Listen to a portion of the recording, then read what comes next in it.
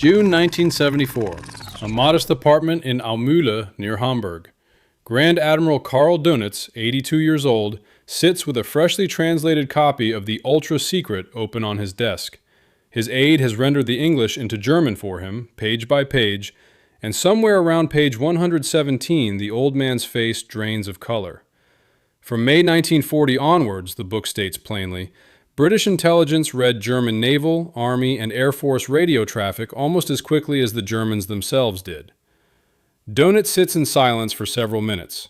For 3 decades he has told himself, told interviewers, told his own family, that the destruction of his U-boat fleet came down to Allied radar, superior aircraft, overwhelming industrial resources.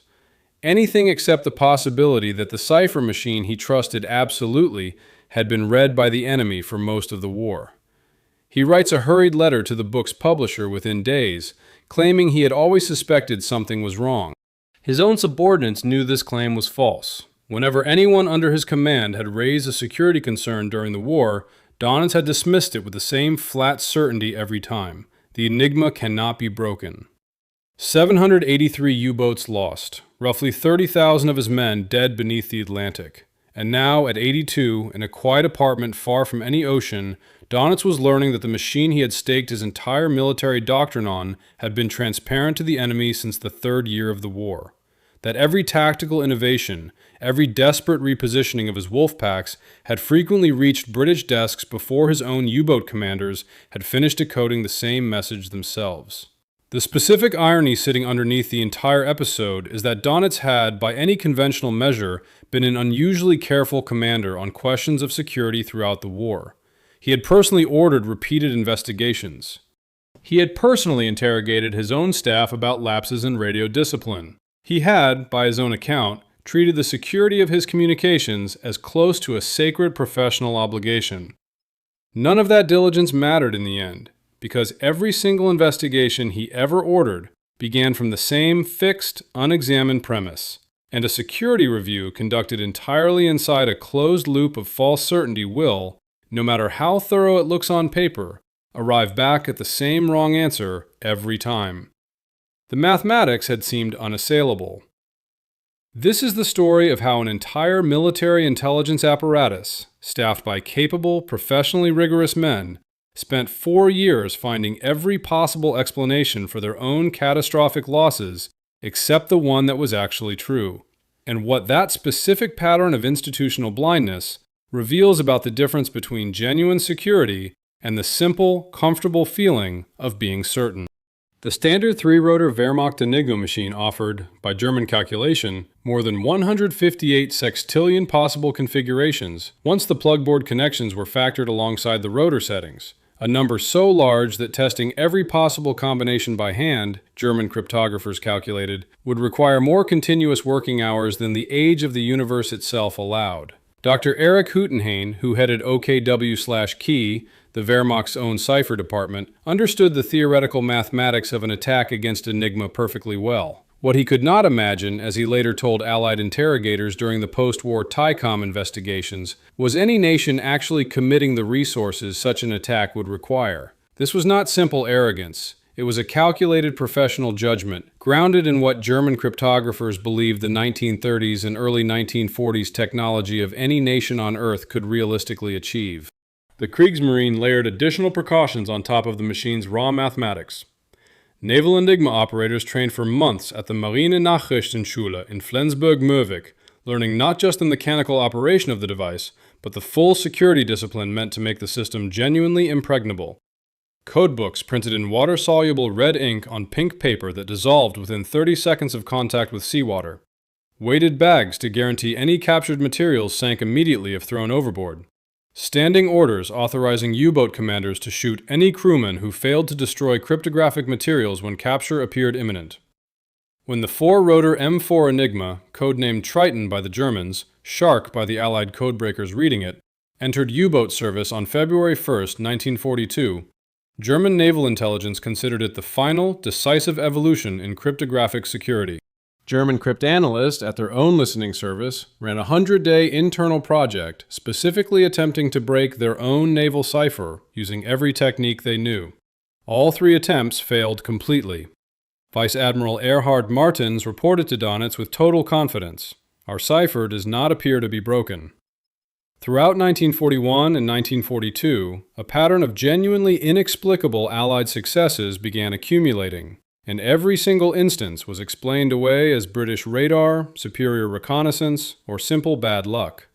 Between March and June 1941, the Royal Navy located and destroyed 7 of 9 German supply vessels stationed at remote, deliberately isolated points across the Atlantic, specifically to refuel and resupply surface raiders and U-boats. The Belchen, positioned 300 miles north of the Azores, was found on March 3rd. The SO Hamburg, hidden inside a remote bay, fell on March 5th. The Egerland and Nordmark followed within days. These vessels sat in locations chosen precisely because chance discovery across millions of square miles of open ocean should have been statistically close to impossible. Captain Ludwig Stummel of the German Naval Intelligence Service, the B-Dienst, investigated the losses and concluded that improved British radar and systematic ocean surveillance explained the pattern. The possibility that the British were simply reading German position reports never entered his official investigation. The destruction of the Bismarck in May 1941 should have raised the same question with considerably more force. Germany's most powerful battleship, pride of the entire Kriegsmarine, was hunted down with uncanny precision after breaking out into the Atlantic. When Luftwaffe Chief of Staff Hans Jeschenek received reports that British aircraft seemed to know exactly where to search across the vast expanse of the Norwegian Sea and North Atlantic, he dismissed his own subordinate security concerns outright. "It is impossible," he stated, "that the enemy is reading our ciphers. Our specialists have established this beyond doubt." The actual chain of events behind the Bismarck's destruction illustrates exactly how completely German assumptions had already been compromised well before the battle itself began. At 11:30 p.m. on May 18, 1941, the teleprinter inside Hut 8 at Bletchley Park cladded to life with an intercepted German naval message. Harry Hinsley, a 21-year-old Cambridge undergraduate turned cryptanalyst, recognized its significance immediately. The message, sent from Admiral Günther Lütjens aboard the Bismarck, reported the battleship's departure from Gotenhafen for Operation Rheinübung, an Atlantic commerce raiding mission the Royal Navy had been anticipating with genuine dread for months. With 8 15-inch guns and advanced fire control, the Bismarck could destroy nearly any British cruiser it encountered and outrun any battleship still capable of fighting it. Forewarned through Ultra, the Royal Navy had time to actually prepare rather than react. Admiral John Tovey positioned the home fleet to intercept. Force H under Admiral James Somerville moved north from Gibraltar. The cruisers HMS Norfolk and HMS Suffolk took station in the Denmark Strait, their new Type 284 radar ready to pick up the shadow once Bismarck actually appeared. When British forces finally made contact on May 23rd, the discovery was publicly presented as lucky reconnaissance work by HMS Suffolk. In reality, Ultra had already revealed both the ship's intended route and its approximate timetable days in advance. The subsequent action that sank HMS Hood was a genuine tactical shock the British had not specifically anticipated, but the broader strategic outcome had effectively already been decided. Bismarck was now damaged and leaking oil, tracked continuously by radar-equipped shadowers whose own positions were being updated through ongoing Enigma intercepts. On May 25th, Admiral Lütjens made the single error that sealed the ship's fate. Unaware that British radar contact had briefly lapsed, he transmitted a long radio message to Naval Group West describing his ship's damage and intended course. The transmission ran more than 30 minutes, ample time for British direction-finding stations to fix his position, and more importantly, decoded at Bletchley Park within hours, revealing that Bismarck was heading for Brest, with insufficient fuel remaining for meaningful evasive maneuvering. Catalina flying boats found the ship almost precisely where Ultra Intelligence had already placed it. Swordfish torpedo bombers, flying at the extreme limit of their range in atrocious weather, scored the single hit that jammed Bismarck's rudder. On the morning of May 27th, HMS King George V and HMS Rodney converged and pounded the ship into scrap. Of 2,221 German sailors aboard, 114 survived. Grand Admiral Erich Raeder, commander of the Kriegsmarine, investigated the disaster with mounting frustration. How had the British maintained contact across thousands of miles of open ocean? How had they concentrated overwhelming force at precisely the correct moment? His conclusion was that British naval aviation and radar technology had simply advanced further than German intelligence had previously credited. The possibility that the British had been reading Lütjen's own orders throughout never entered serious consideration.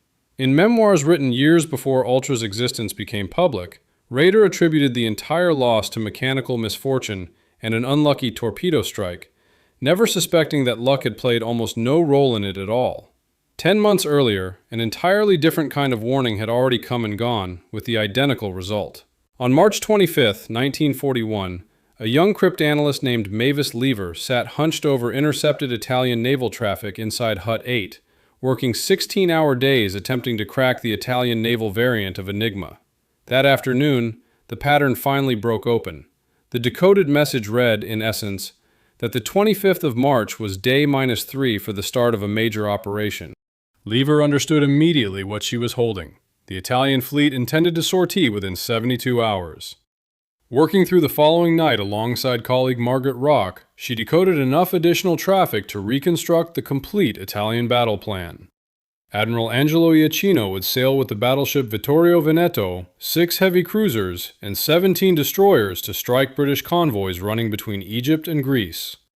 The intelligence reached Admiral Andrew Cunningham, commanding Britain's Mediterranean fleet at Alexandria, within hours. Cunningham, a commander who genuinely understood the value of theatrical deception, spent the following day ostentatiously playing golf at the Alexandria Sporting Club, specifically to ensure Italian agents watching the port would report no sign of British preparation. That night, having returned to his flagship HMS Warspite with studied casualness, he quietly ordered the fleet to sea. The Italian force sailed directly into a prepared ambush it had no reason to expect. British torpedo bombers from HMS Formidable struck first, damaging Vittorio Veneto and crippling the heavy cruiser Pola.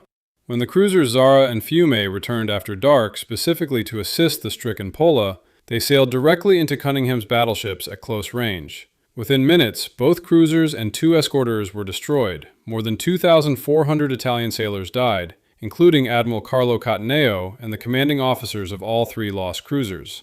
Admiral Iachino, surviving aboard the damaged Vittorio Veneto, attributed the disaster in his own after-action report to superior British aerial reconnaissance and radar technology that had allowed the enemy to track Italian movements even after dark. The possibility that the British had simply been reading Italian naval orders for days beforehand was never seriously raised by Italian or German analysts. The psychological effect nonetheless rippled through Axis naval planning. Hitler, already skeptical of large-scale surface naval operations after the earlier loss of the Graf Spee, treated the Battle of Cape Matapan as final confirmation that the Mediterranean had effectively become a British lake. The Italian fleet, which had genuinely threatened British convoy routes up to that point, never again attempted a major offensive operation for the remainder of the war. A far more direct opportunity to discover the truth arrived through 2 separate submarine captures within months of each other in 1941, and German investigators managed, through a specific combination of bad luck and worse assumptions, to miss the more damaging of the 2 entirely.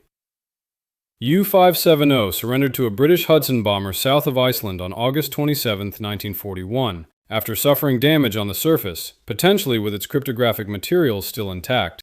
Captain Ludwig Stummel of the B-Dienst was assigned to assess the security implications, and his subsequent October 1941 report reveals exactly the cognitive pattern that would persist for the rest of the war. Stummel acknowledged that if the British had genuinely captured an intact Enigma machine along with current codebooks, they could, in principle, read German naval traffic, and then immediately dismissed the scenario as implausible, writing that acute disquiet about a compromise of German secret communications could not be justified, since the cipher itself did not appear to have been broken. His reasoning followed what read at the time as sound logic. Even granting the British the machine and the current keys, that specific access would lapse automatically once the keys rotated on November 1st, and proper wartime protocol demanded the crew destroy all cryptographic materials before capture, so it had to be assumed, in the absence of direct evidence otherwise, that the crew had fulfilled its duty. What Stummel had no way of knowing was that U-110 had already been captured, fully intact, 3 months earlier, on May 9, 1941, an event that delivered the British not merely an Enigma machine, but the complete current codebooks and standing operating procedures alongside it. The boarding party from HMS Bulldog, led by Sub-Lieutenant David Baum, found the submarine's radio room entirely undisturbed, codebooks still spread open on the operator's table, the Enigma machine itself still warm from recent use. Among the recovered material sat the settings for officer-only high-level signals and the short-signal codebooks Germany used specifically to compress routine messages and defeat Allied direction finding. The single most damaging intelligence breach of the entire naval war had already happened, quietly and completely, 3 months before Stummel ever opened his file on U-570, and his own investigation, focused entirely on the wrong submarine, formally closed the question rather than opening it. By spring 1943, the accumulated losses had become impossible to explain away through ordinary bad luck alone, and Dönitz, genuinely alarmed, ordered the most comprehensive security review of the entire war. The investigating team explored several hypotheses with real professional thoroughness. The first involved the Matapan radar warning receivers carried aboard U-boats. German scientists theorized these devices might themselves be re-radiating a detectable signal, and confirmed through a captured Allied Focke-Wulf Condor's detection equipment that Matapan emissions could indeed be picked up at ranges approaching 70 miles. Every U-boat was immediately ordered to stop using the equipment. Losses continued unabated regardless. The investigation moved next to infrared detection. Perhaps, investigators reasoned, Allied aircraft could now spot the heat signature of a U-boat's diesel exhaust from altitude. German naval technical departments launched a crash program to develop special infrared-absorbing paint, and returning U-boats were hastily repainted with the experimental coating. Losses still mounted.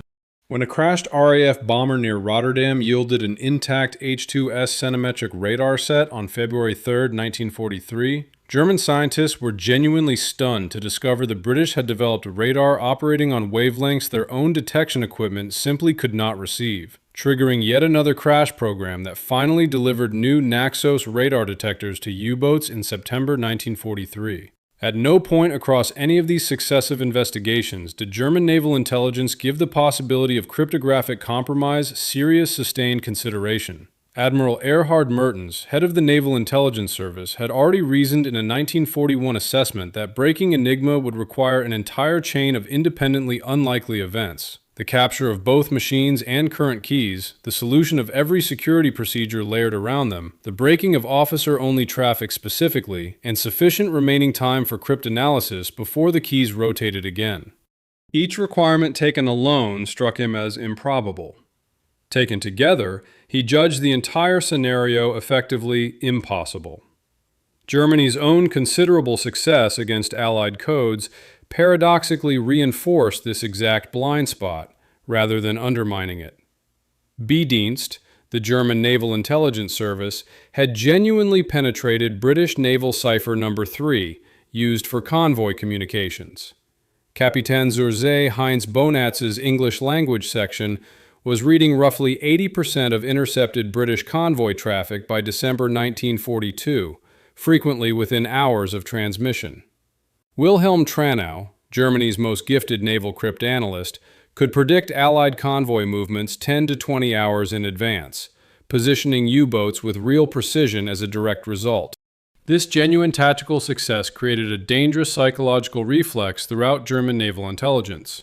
If breaking codes required this much specialized effort and continuous vigilance, even against a comparatively weaker Allied cipher, then surely the vastly more sophisticated Enigma system presented the British with a correspondingly greater, effectively insurmountable challenge. What German planners failed entirely to grasp was the actual asymmetry underneath their own success. While they celebrated reading British convoy routes, the British were reading virtually everything else Germany transmitted: U-boat positions, patrol orders, supply rendezvous points, tactical innovations, even Dönitz's own private assessments sent directly to Hitler. Germany was winning a real tactical intelligence contest while losing the strategic one completely, and the tactical victories actively blinded its own planners to the strategic catastrophe unfolding underneath them.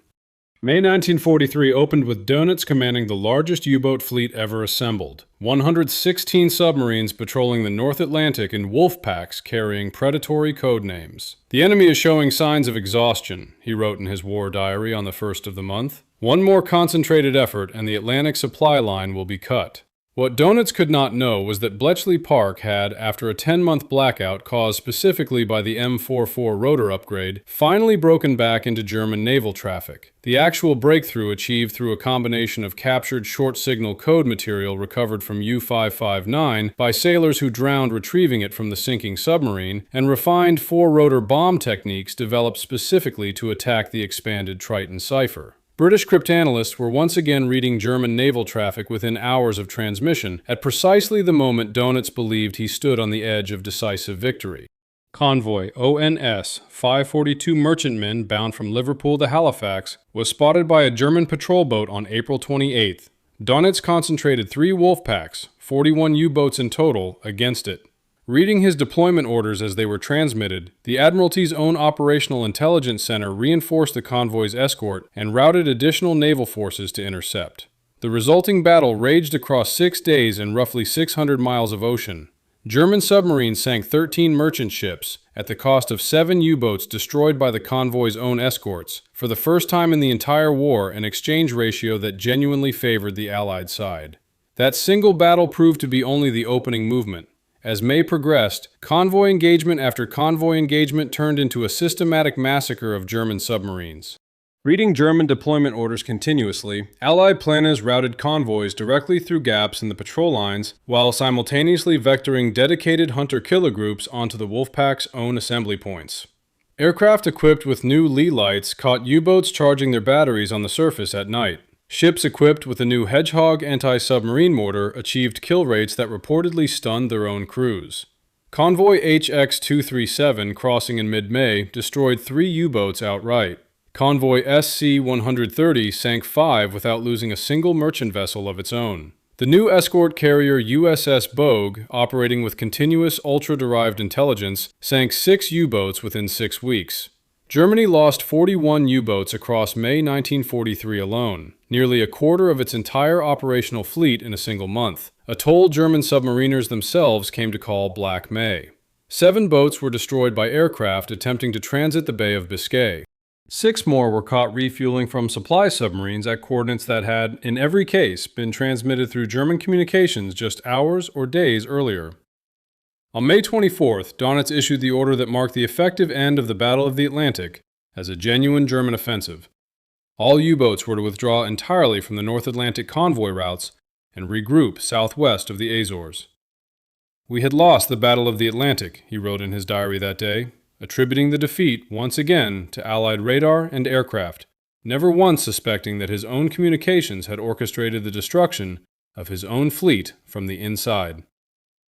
The clearest single opportunity to learn the actual truth arrived and was again dismissed on August 10, 1943. Swiss intelligence, neutral and by German assessment generally reliable, delivered an explicit warning through diplomatic channels directly to Admiral Wilhelm Canaris of the Abwehr. Over recent months, the report stated, Germany's naval ciphers used to transmit U-boat operational orders had been successfully broken, and all such orders were currently being read by the enemy. Dönitz, informed of the report, wrote in his own war diary on August 13th that the claim was simply unbelievable, and ordered yet another security review, one that arrived, in essence, at its conclusion before it had genuinely begun. The investigating committee dismissed the Swiss report outright as Allied disinformation specifically designed to undermine German confidence in its own communications, reasoning that if the Allies could genuinely read German naval traffic, their victories would surely have been more complete and more consistent than they actually were. German investigators could not conceive that the Allies were deliberately absorbing some avoidable losses specifically to protect the deeper secret. The idea that neutral Swiss observers had simply noticed the plain pattern of Allied foreknowledge was never taken seriously at any point in the investigation. Part of what made this particular blind spot so durable traces to a genuine gap in German technical imagination rather than simple stubbornness. German cryptanalysts worked with paper, pencils, and mechanical calculating equipment. The specific idea of electronic computation, machines capable of testing thousands of Enigma settings every hour, existed, as far as German planners were concerned, only in the realm of speculative fiction. By 1944, Bletchley Park had in fact become the world's first genuinely industrial-scale computing center. The bomb machines, developed from earlier Polish designs by Alan Turing and Gordon Welchman, could test more than 17,000 possible Enigma rotor positions in 20 minutes, work that would otherwise have occupied human analysts for months. Separately, the Colossus machines, built specifically to attack the German Lorenz cipher used for high-level teleprinter traffic rather than Enigma itself, represented a parallel and equally unimaginable leap. The first programmable electronic computers in history, processing several thousand characters every second. Bletchley Park employed more than 9,000 people by 1945, roughly 80% of them women operating machines, transcribing intercepts, and managing the enormous cross-referenced filing system tracking millions of decoded messages across 3 continuous daily shifts. When Dr. Huttenhain was finally told the scale of this operation during his 1945 TICOM interrogation, his reported response captured the entire German miscalculation in a single sentence. "We calculated that breaking Enigma would require more resources than any nation would rationally devote to cryptanalysis. We never imagined you would treat it as a military priority equal to building aircraft or training entire divisions. We treated cryptanalysis like writing poetry, individual genius. You treated it like building bombers, mass production." Admiral Karl Dönitz stood in the dock at the International Military Tribunal in Nuremberg on May 9, 1946, defending his conduct of the submarine war before Allied prosecutors who understood the full truth of Ultra and were bound by continuing secrecy not to reveal a word of it. His testimony that day is, in hindsight, a remarkable document, a genuinely intelligent man circling the actual truth for hours without ever once landing on it. "The enemy's superiority in locating our submarines was overwhelming," Dönitz testified. "By 1943, our losses had reached insupportable levels, and I was forced to withdraw from the convoy routes. Pressed on specific incidents, the interception of supply submarines at precise, isolated refueling coordinates, the destruction of wolf packs exactly at their own assembly points, Dönitz offered a fluent, technically detailed answer for each one in turn. High-frequency direction finding, centimetric radar, improved air-to-surface vessel detection, magnetic anomaly equipment, sonar buoys. Every individual technology he named genuinely existed and had genuinely been deployed against his fleet. None of them, individually or combined, actually explained the specific pattern of losses he was being questioned about. The most revealing single exchange came when prosecutor Sir David Maxwell Fyfe asked directly whether Dönitz had ever suspected his own communications were compromised. "I investigated this possibility multiple times," Dönitz answered. "Our cryptographic experts assured me Enigma was mathematically secure, that breaking it would require resources beyond any nation's practical capability. Yet your losses continued to mount regardless," Maxwell Fyfe pressed. "Yes," Dönitz replied, "but this was due to enemy technological superiority, not any intelligence failure on our part." What makes the exchange genuinely poignant in retrospect is Dönitz's own documented intelligence. His IQ had reportedly been tested at 138, well into the gifted range, and he had, across the entire war, consistently asked sharp, well-targeted investigative questions, and demanded thorough reviews whenever losses spiked unexpectedly. The specific mental barrier that prevented him from ever reaching the correct conclusion was not a lack of intelligence. It was the particular, load-bearing kind of institutional faith that makes evidence of its own failure genuinely unthinkable to the person holding it. The ultra-secret remained fully protected under Britain's Official Secrets Act until 1974, nearly 30 years of absolute, unbroken silence maintained by more than 10,000 people who had worked at Bletchley Park, many of them unable to explain unexplained gaps in their own employment history, even to a spouse. When Group Captain Frederick Winterbottom, who had personally overseen the wartime distribution network for ultra-intelligence, finally published his own account in 1974, the shock rippled directly through the surviving German military establishment. General Adolf Galland, the Luftwaffe's former fighter commander, reportedly said that for 30 years he had wondered how the Allies always seemed to know exactly where German forces would be, and now, finally, he knew. The Allies had been reading German orders before the Germans themselves had. The most dramatic confrontation with the revealed truth came at a 1978 intelligence history conference held in Germany, bringing together former Bletchley Park analysts and surviving B-Dienst veterans in public for the first time. Harry Hinsley, by then the official historian of British wartime intelligence, methodically walked the room through decoded messages, cryptanalytic techniques, and the sheer operational scale of what Bletchley Park had actually accomplished. Wilhelm Tranau, maintaining his professional composure throughout, asked detailed technical questions about British methods, visibly impressed by the mathematical elegance of the attack even as it demolished his own life's work. The genuinely heated moment came when Otto Kretschmer, Germany's most successful U-boat commander of the entire war, confronted a group of former Dönitz staff officers still defending their wartime decisions in the language of deliberate strategy. When one of them offered what amounted to a steamroller theory, framing German losses as an intentional strategy meant to force the Allies into committing maximum resources regardless of outcome, Kretschmer's composure broke entirely.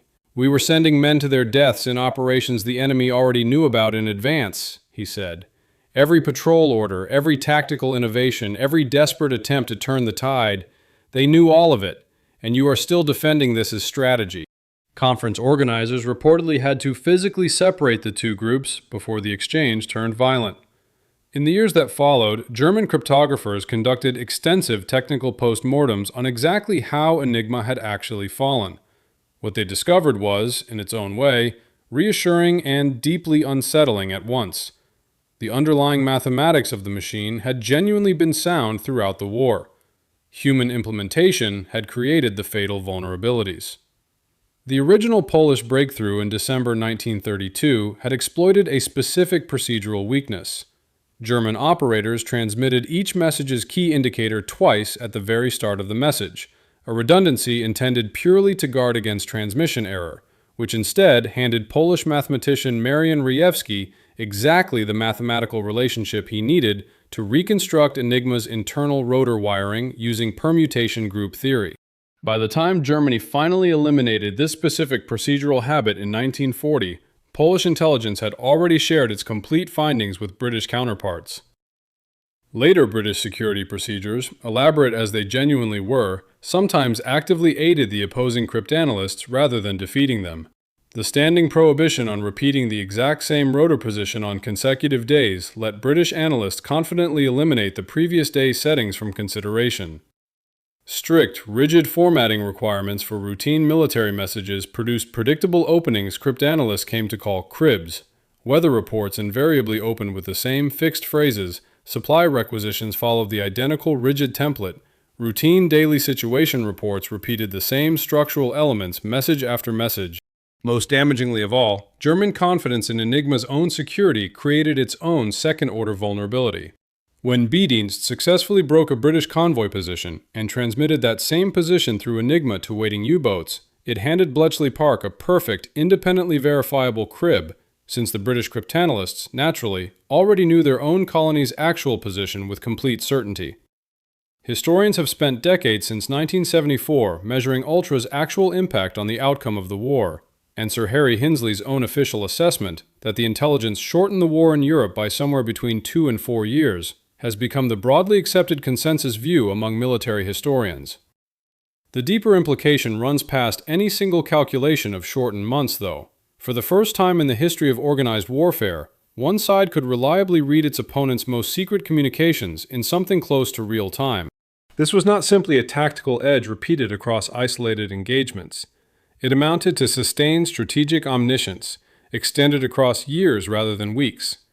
Every major German offensive from 1941 onward faced an opponent who already understood its plans, its available strength, and frequently its specific objectives, days or weeks before the operation itself actually began. Historians calculate that ultra-intelligence alone saved somewhere between 300 and 500 merchant ships, roughly 1.5 to 2 million tons of shipping Britain could not otherwise have afforded to lose without facing genuine famine conditions by 1941 or 1942. In North Africa, Ultra allowed Montgomery to fight the Battle of Alam el Halfa with close to complete foreknowledge of Rommel's own plan, positioning British forces precisely where Rommel intended to strike, and turning his own attack into a prepared killing ground before German armor could maneuver freely. At El Alamein that followed, Montgomery understood German fuel reserves, tank strength, and defensive dispositions down to a granularity that bordered on the absurd for a wartime intelligence picture. The Normandy invasion succeeded, in significant part, because Ultra revealed precisely what German commanders themselves genuinely believed about Allied intentions. Every German assessment concluding the main invasion would fall at Calais was read at Bletchley Park and used to continuously calibrate Operation Fortitude's deception in direct response. The human cost of Germany's specific blindness fell heaviest, by simple proportion, on the U-boat service itself. Of roughly 40,000 men who served aboard German submarines across the war, close to 75% became casualties, the highest plausible loss rate of any branch of any major combatant service in the entire conflict. They sailed into engagements where the enemy already knew their exact position, fuel state, torpedo loadout, and intended target, and they fought with documented, sustained bravery against odds that were, in the most literal sense available, already fixed against them before they ever left port. Heinz Guderian, the pioneer of German armored warfare doctrine, wrote in a private letter discovered only after his death that learning about Ultra felt like discovering his entire life had been a stage play in which everyone else already knew the script. Every decision I made, every order I gave, every plan I developed, the enemy already knew all of it, he wrote. We were not generals commanding armies. We were actors performing for an audience that already knew our every line. In 1979, 5 years after Winterbotham's book first appeared and 1 year before his own death, Dönitz gave his final recorded interview specifically addressing the intelligence failure that had destroyed his fleet. "You ask if I suspected," he said, his voice still carrying traces of formal Prussian bearing at 88 years old. "Of course I suspected. We all suspected something, at various points. But suspicion and knowledge are entirely different things. To suspect the enemy holds some advantage is ordinary military prudence. To actually know that your every private thought has already been read by him is something closer to madness." He paused and reportedly looked out toward the quiet German countryside beyond his window, a landscape entirely unlike the Atlantic where his own men had died by the thousands. Could we have won had we known? No. By the time Enigma was thoroughly broken in 1941, the war's ultimate outcome was already largely determined. But we might have lost differently. We might have saved lives by changing our tactics, by accepting more defensive positions earlier, by acknowledging the actual reality in front of us instead of continuing to fight phantoms of our own invention. The greatest tragedy, he continued, was never simply that we lost. It was that we never understood why we were losing, for years on end. We blamed technology. We blamed resources. We blamed enemy air power. We blamed everything except the actual truth sitting directly in front of us the entire time. 30,000 of my men died beneath the Atlantic, many of them in operations the enemy had already read about before my own commanders had finished decoding their orders. They died with real courage, fighting an enemy who could read their thoughts before they had fully formed them. His final recorded words on the subject carried the specific weight of a man who had spent 5 years turning the same realization over and over without ever quite setting it down.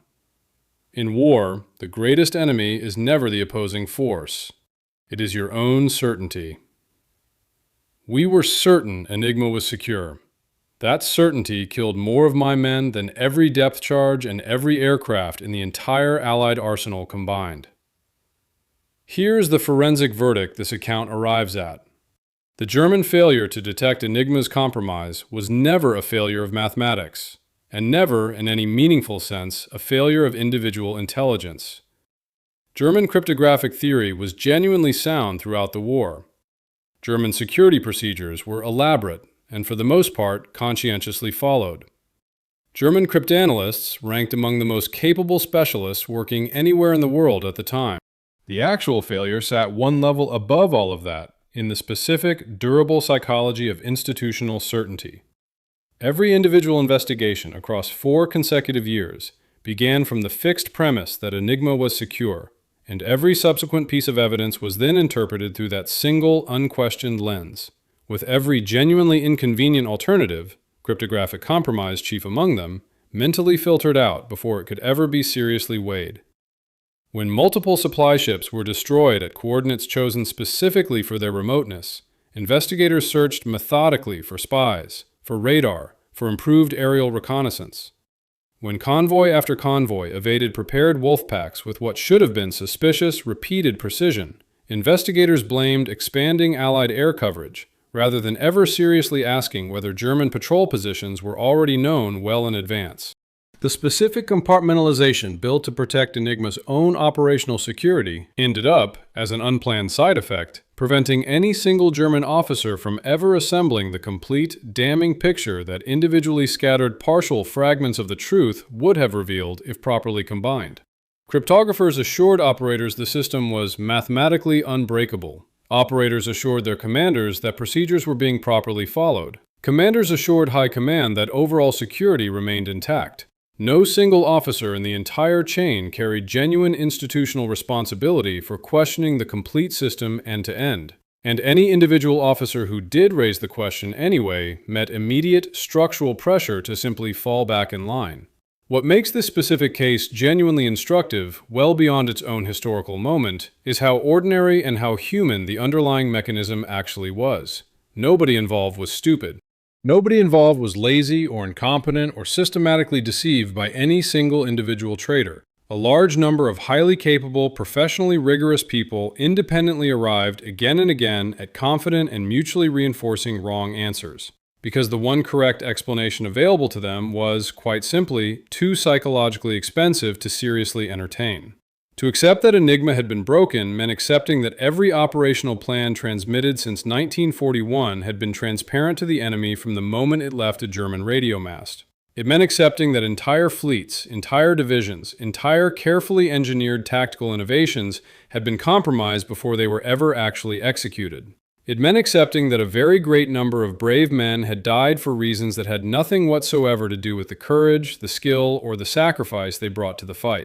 Confronted with a choice between that unbearable conclusion and any number of more comfortable alternative explanations, however individually implausible each alternative explanation happened to be on its own specific merits, the human mind, and the military institution built from many individual human minds working in concert, will reliably choose the comfortable answer almost every time.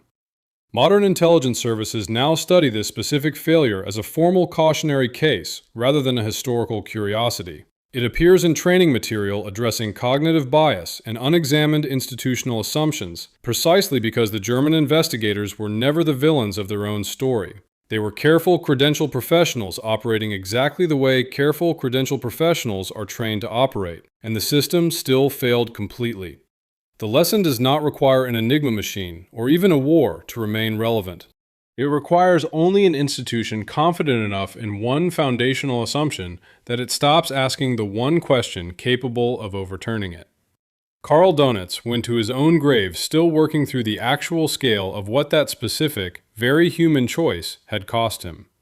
The lesson underneath his particular story has never really been about Enigma, or about cryptography, or even about the Second World War specifically.